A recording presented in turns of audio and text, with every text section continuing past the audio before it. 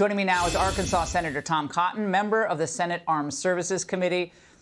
Senator, we learned more today about this object that was downed over Lake Huron, that our first attempt at the balloon missed, and number two, that it had its payload underneath it and that it did indeed fly over sensitive sites.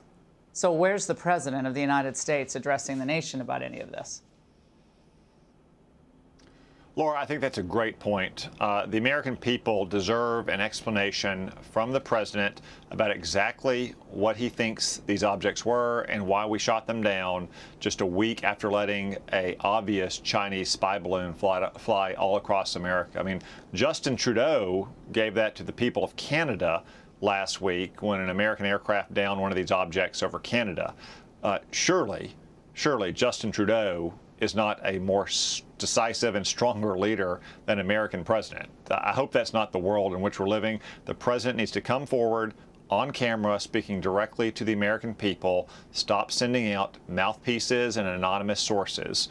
You know, it reminds me of the time when Ronald Reagan spoke to the American people just days after Soviet Russia shot down a Korean Airlines flight, or George H.W. Bush spoke to the American people a couple days after Saddam Hussein invaded Kuwait. In these kind of moments, the American people deserve to hear from the president, not from mouthpieces and press secretaries. Now, Senator, the administration is still trying to act like Biden's been super decisive and totally in control this whole time. Watch. When it comes to these higher altitudes, are America's borders secure? The president takes our national security extremely seriously. I don't think you need to look any further, quite frankly, than the decisions he's made in just the last week to 10 days to evidence that.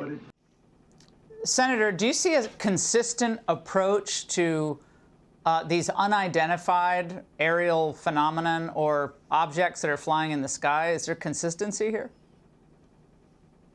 No, Laura, I will say this, though. Here's what we do know. We know these things about the first balloon. There's nothing more than what meets the eye here.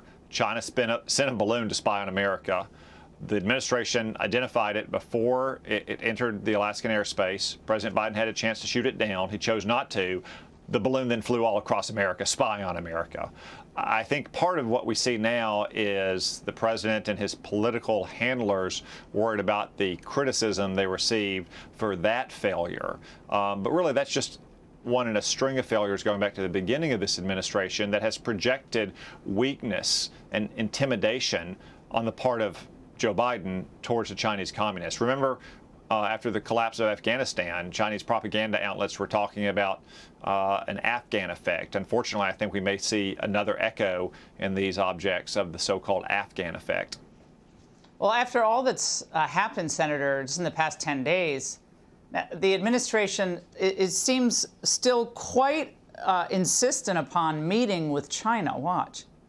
Is there an active intention to meet with Wang Yi in Munich later this week? We're always assessing options for diplomacy. I'll have to let the PRC speak to Wang Yi's potential travel. If it has the opportunity to be constructive and useful, of course, that's something that we would take a look at. Now, Senator Cotton, should this meeting in any way, shape, or form go forward? I don't think it should, Laura. You know, if it were Ronald Reagan sending George Shultz or Cap Weinberger or George Bush sending Bob Gates to meet with their Russian counterparts, that'd be one thing. But color me skeptical that Joe Biden sending Tony Blinken to meet with his Chinese counterpart under these circumstances is going to result in a safer, stronger America. What do you think these objects are, Senator? I mean, one's described as cylindrical, one's described as octagonal, one's described as like silver metallic, smaller balloon. What are these? Well, I don't want to hazard a guess, Laura. We have a briefing tomorrow morning from the administration. I suspect, as these briefings often are, we won't learn much more than what's already been leaked to the media. That's why it's so important that Joe Biden himself speak directly on camera to the American people. I do believe, though, under the circumstances, it's better to err on the side of caution and assume that these are adversaries, either China or Russia in all likelihood, probing our air defenses, even if they're not trying to collect intelligence information on the United States. Even if they don't represent a direct military threat, they can still probe our air defenses and see what kind of early warning systems we have in place. Now, maybe they'll turn out to be weather balloons or research balloons or a balloon that got away from a used car lot.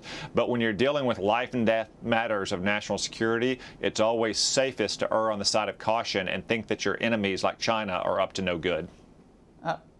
Do you find it interesting that one of our shots missed the balloon? That kind of, I've got to say that surprised me, knowing how great these pilots are. I had the chance to fly with one of them once up in an F-18. Those guys don't miss usually, especially on a balloon. That was a little surprising. No, they don't. And I do want to commend all the pilots, not just the fighter pilots who have actually engaged these objects, but the surveillance pilots, the refueling tanker pilots. They've all done great work over these last 2 weeks. The commander-in-chief needs to come forward and do his role in explaining what exactly it is that they've been engaging, why it's a risk to our security, why this has been happening now, and what his plan is to protect America's airspace.